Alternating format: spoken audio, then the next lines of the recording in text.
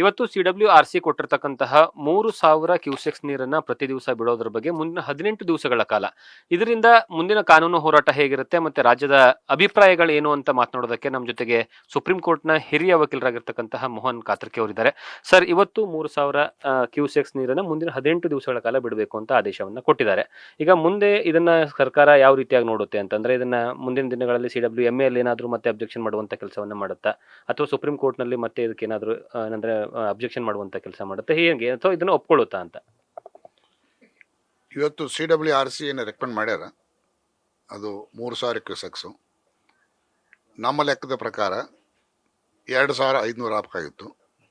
So ನಮ್ಮ ಲೆಕ್ಕದ ಪ್ರಕಾರ ಅಥವಾ ಅವರು ಕೊಟ್ಟಿರೋದಕ್ಕೂ ಅಷ್ಟು ಫರಕಿಲ್ಲ.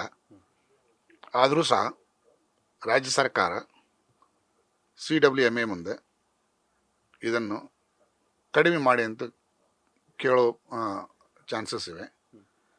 And if they do not reduce then we'll consider approaching Supreme Court. But as it stands today, Supreme Court will not interfere in any decision which CWMA on the recommendation of the CWRC takes, because Supreme Court is of the view these are expert bodies who must respect their decisions unless it is found to be arbitrary. ಹಾಗಾದ್ರೆ sir, ಈಗ ಕರ್ನಾಟಕದಲ್ಲಿ ಈಗ ಸದ್ಯದ ಮಟ್ಟಿಗೆ ಈ ಕಾವೇರಿ ಕಣಿವೆಯ ಭಾಗಗಳಲ್ಲಿ ಎಷ್ಟು ನೀರಿದೆ, ಮತ್ತೆ ಈಗ ಇವತ್ತಿನ ಸಭೆಯಲ್ಲಿ ಆಗಿರ್ತಕ್ಕಂಥ RC ಸಭೆಯಲ್ಲಿ ಆಗಿರ್ತಕ್ಕಂಥ ಕೆಲವೊಂದು ಕರ್ನಾಟಕ ಇಟ್ಟಿರ್ತಕ್ಕಂಥ ಪ್ರಸ್ತಾಪಗಳೇನು ಅಂತ? ಇವತ್ತಿನ ಪ್ರಕಾರ ನಮ್ಮ ಕಡೆ ಲೈವ್ ಸ್ಟೋರೇಜ್ ಇರುವುದು 49 TMC.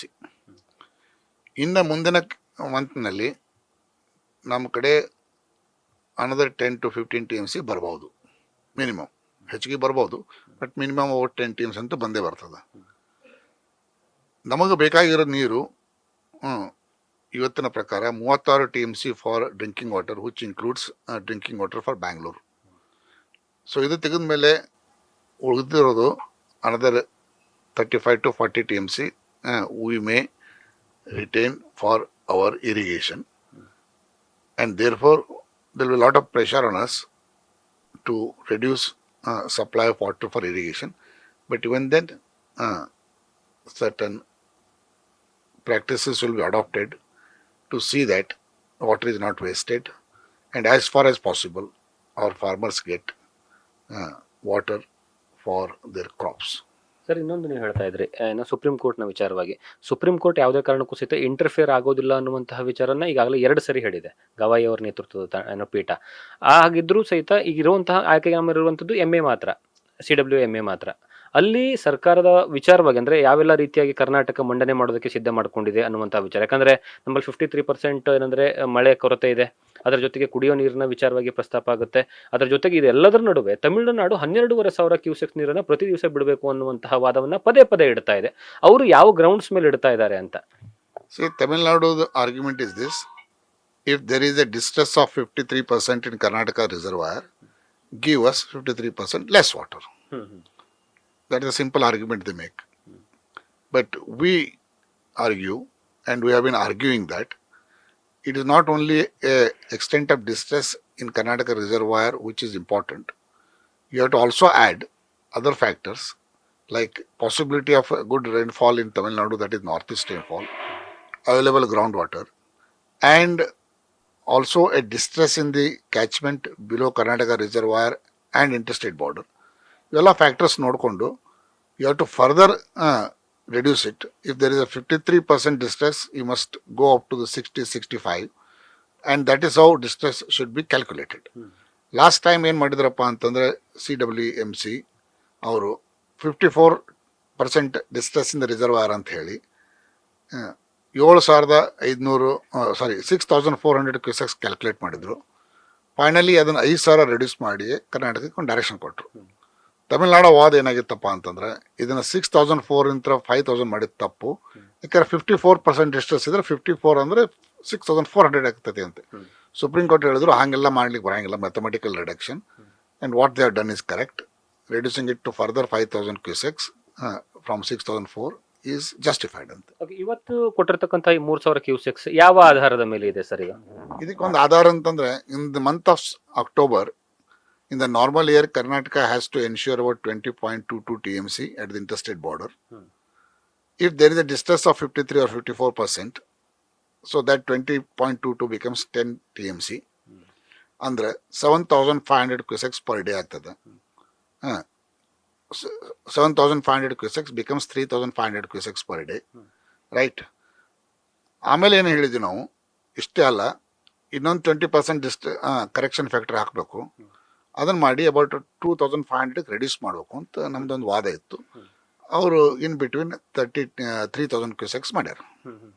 ಮತ್ತೆ ಇನ್ನೊಂದು ಸರ್, ಈಗ ಫೈನಲ್ ಆಗಿ ಕೇಳಿ ಬರ್ತಾ ಇರುವಂತಹ ವಿಚಾರ ಏನಂತಂದ್ರೆ, ಈ ರೀತಿಯಾದಂತಹ ಮಳೆ ಅಭಾವ ಇರುವಂತಹ ವರ್ಷಗಳಲ್ಲಿ ಈ ರೀತಿಯಾದಂತಹ ತೊಂದರೆ ಪ್ರತಿ ಬಾರಿ ಬರ್ತಾ ಹೋಗುತ್ತೆ ಇನ್ನು ಮುಂದೆ. ಹಾಗಿದ್ರೆ ಇದಕ್ಕೆ ಪರ್ಮನೆಂಟ್ ಸೊಲ್ಯೂಷನ್ ಅಂತ ಕರ್ನಾಟಕ ಸರ್ಕಾರ ಕಾನೂನಾತ್ಮಕವಾಗಿ ಯಾವುದನ್ನ ಹುಡ್ಕೊಂಡು ಹೋಗ್ತಾ ಇದೆ ಅಂತ? See, permanent solution really doesn't exist for the estimation of distress.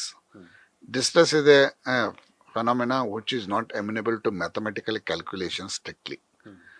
To some extent it is, but not strictly. Therefore, every year the situation has to be studied as per the ground realities, considering the extent of shortfall as one factor, which is 54% now in Karnataka reservoirs. Then you have to consider the needs of Karnataka. Then you have to consider the possibility of northeast rainfall in Tamil Nadu, which will start from October. You have to consider the available groundwater in Tamil Nadu. You have to consider the other factors in the intermediate catchment. ಇವನ್ನೆಲ್ಲ ನೋಡಿ ಒಂದು conclusion ಬರಬೇಕು. So ಅದ್ರ ಪ್ರಕಾರ ಒಂದು ಹೋಗ್ಬೇಕಂತೇಳಿ ನಮ್ಮೊಂದು ವಾದ ಐತಿ. ಅದನ್ನು CWMC ಲಾರ್ಜ್ಲಿ ಎಕ್ಸೆಪ್ಟ್ ಮಾಡಿದ್ರು. ಈಗ ಸುಪ್ರೀಂ ಕೋರ್ಟ್ ಅದನ್ನು ಅಫೋರ್ಡ್ ಮಾಡಿದ ಮೇಲೆ ಮೊನ್ನೆ order, to this extent this ad hoc distress form line ಐತಿ, ಅದು ಸಕ್ಸಸ್ ಆಗ್ಯದ.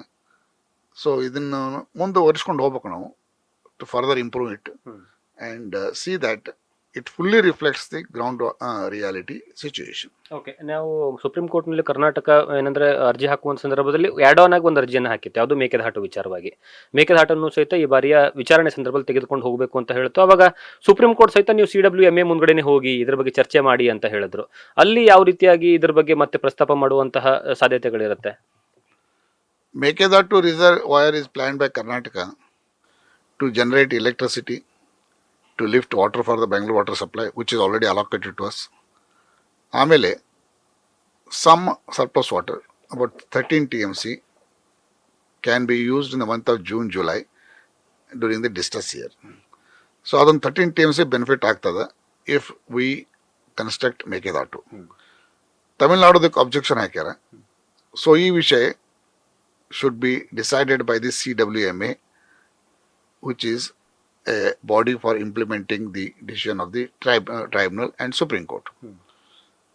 The last time there was a problem, Tamil Nadu filed an application in the Supreme Court.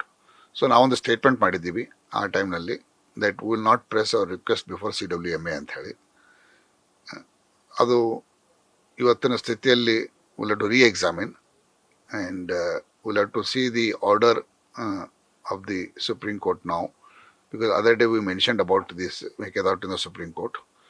So ಅದರ ಬಗ್ಗೆ ಒಂದು ನಿರ್ಣಯ ತಗೊಳ್ತೇವೆ, whether we can press it before the CWMA or we'll have to mention to the Supreme Court and take a permission to mention before the CWMA to decide on the permissibility of Mekedatu project. Sir, ಇದು ಮೇಕೆದಾಟು ಯೋಜನೆ ವಿಚಾರದಲ್ಲಿ technically ಮತ್ತೆ ಕಾನೂನಾತ್ಮಕವಾಗಿ ಎರಡನ್ನೂ ನೋಡ್ತಾ ಹೋದ್ರೆ ಇದು ಎಷ್ಟರ ಮಟ್ಟಿಗೆ ಸಕ್ಸಸ್ ಆಗುತ್ತೆ ಅನ್ಸುತ್ತೆ ನಿಮ್ಗೆ? ಯಾಕಂದ್ರೆ ಕಾನೂನಾತ್ಮಕ ಹೋರಾಟ ಸಂದರ್ಭದಲ್ಲಿ ಅವರು ಸಹಿತ ತಗೊಂಡ್ಬರ್ತಾರೆ, ಅಬ್ಜೆಕ್ಷನ್ ಗಳನ್ನ ಹಾಕ್ತಾರೆ. ಮತ್ತೆ ಇಲ್ಲಿ ತಮಿಳುನಾಡಿಗೆ ಆಗುವಂತಹ ನಷ್ಟದಕ್ಕಿಂತ ಲಾಭನೇ ಜಾಸ್ತಿ ಅವರಿಗೆ. ಅಷ್ಟಿದ್ರು ಸಹಿತ ಅದಕ್ಕೆ ಅಬ್ಜೆಕ್ಷನ್ ಮಾಡ್ತಾ ಇರುವಂತದ್ದು ಯಾಕೆ ಅಂತ ಕಾರಣ ಅದು? If you ask me, Tamil Nadu should not have objected to Mekedatu. It is a project which really benefits both states. In a sense, we get right to generate electricity and also easily lift water for the Bangalore. Tamil Nadu gets the benefit of an assured supply of their quota of water of 177.25 TMC during a normal year. And also during a bad year, they have the benefit of drawing about 13 TMC of water in case of distress in June, July. They shouldn't have objected. But they have taken, for some reasons, an objection. Now this has to be sorted out and hope that we succeed in the Supreme Court. First we succeed in the CWMA. In case if it is challenged before the Supreme Court, we hope that we succeed and Mekadatu project will come through. ಇನ್ನೊಂದು sir, ಕೊನೆಯದಾಗಿ ಪ್ರಶ್ನೆ ಒಂದು, ಈಗ ಸದ್ಯದಲ್ಲಿ ಬಹಳಷ್ಟು ದೊಡ್ಡ ಮಟ್ಟದಲ್ಲಿ ಚರ್ಚೆ ಆಗ್ತಿರುವಂತಹ ವಿಚಾರ ಏನು ಅಂದ್ರೆ, ಸೆಂಟ್ರಲ್ ಗೌರ್ಮೆಂಟ್ ಅಂದ್ರೆ ಸ್ವತಃ ಪ್ರಧಾನಿಯವರು ಇಂಟರ್ಫಿಯರ್ ಆಗಬೇಕು, ಎರಡೂ ರಾಜ್ಯಗಳ ಮುಖ್ಯಮಂತ್ರಿಗಳ ಜೊತೆ ಕೂತ್ಕೊಂಡು ಮಾತನಾಡಿದ್ರೆ ಇದನ್ನ ಬಗೆಹರಿಯುತ್ತೆ ಅಂತ. ನಿಜವಾಗ್ಲೂ ಇದು ಆಗುತ್ತಾ ಸರ್? ಬರೀ ರಾಜಕೀಯ ವಿಚಾರಕ್ಕೆ ಮಾತ್ರ ಇದು ಸೀಮಿತ ಆಗುತ್ತಾ ಅಂತ? ಹೀಗಿದೆ, ಮೀಡಿಯೇಷನ್ ಇದು ವಾಲಂಟರಿ ಪ್ರೊಸೆಸ್. ಕೇಂದ್ರ ಸರ್ಕಾರಕ್ಕೆ ಇಂಟರ್ಸ್ಟೇಟ್ ಡಿಸ್ಪ್ಯೂಟ್ ಸಾಲ್ವ್ ಮಾಡೋ ಯಾವುದೇ ಅಧಿಕಾರ ಇಲ್ಲ. ಹಿಂದಕ್ಕೆ ನರಸಿಂಹರಾವ್ ಸರ್ಕಾರನಲ್ಲಿ 1992ದಾಗ ಇದ್ರ ಬಗ್ಗೆ ಒಂದು ನಿರ್ಣಯ ತಗೊಂಡಿದ್ರು. ಆದರೆ ಕೇಂದ್ರ ಸರ್ಕಾರ as a head of the family can initiate mediation if both the states agree. So precondition ಇದೆ, both the state should agree. ಈಗ ಒಂದು ಕರ್ನಾಟಕ ಸರ್ಕಾರ ರಿಕ್ವೆಸ್ಟ್ ಮಾಡ್ಕೊಂಡಿದ್ದಾರೆ ಕೇಂದ್ರ ಸರ್ಕಾರ ಮಾಡ್ಬೇಕಂತ ಹೇಳಿ. ಕೇಂದ್ರ ಸರ್ಕಾರ ಅದ್ರ ಬಗ್ಗೆ ಡಿಸಿಷನ್ ತಗೊಳ್ತಾರೆ. If they call the meeting, both the state governments will have to attend. They may not attend also, that is their choice. But hopefully responsible governments will always attend. Then if they suggest some solution, if it is acceptable to both, may agree. Otherwise, the CWMA will continue to decide with regard to the sharing of water in the coming months. But one thing is there, in the coming months, the problem may not go out of hand. Because whatever the CWMA decides to release, decides to direct us to ensure, our water ಏನಿದೆ 3000 cusecs ಕೊಟ್ಟರೆ ಅಕ್ಟೋಬರ್ನಲ್ಲಿ, that will mostly go from the intermediate catchment. The question of releases from the reservoir may not really arise. And in fact, there are years, even in the bad year, we have given more than what is ordered by the authorities in the past, in 2002 and 3, 12 and 13, 16 and 17. Hopefully this time also, the intermediate catchment will yield enough water. So question of any water releases from our reservoirs will not arise. This is what I think so. Sir, ಈಗ ಅಂದ್ರೆ 3000 ಈಗ cusecs ನೀರು ಬಿಟ್ಟೋದನ್ನ ಈಗ supreme court ಅಲ್ಲಿ objection ಹಾಕೋಕೆ ಹೋಗೋದಿಲ್ವಾ, ಅಥವಾ objection ಹಾಕಿದ್ರೆ ಯಾವತ್ತು ಹಾಕ್ತೀರಾ ಅಂತ? That we'll have to study. First, CWMA has to take a final decision. After that, we'll think whether it is necessary to go or not to go. Every time we are not happy, but to go to Supreme Court need a better solid case. Now, particularly in the light of the observation of the Supreme Court that CWMA, CWRC are the expert bodies, their decision should be respected unless it is arbitrary. ಅಂಥದ್ದೊಂದು ದೊಡ್ಡ ಘಾತ ಆಗಿರ್ಬೋದು ಅಂದ್ರೆ ಅಷ್ಟು ಅವ್ರು supreme court ನೋಡ್ತಾರೆ. So ಅದ್ರ ಬಗ್ಗೆ ವಿಚಾರ ಮಾಡ್ತೀವಿ.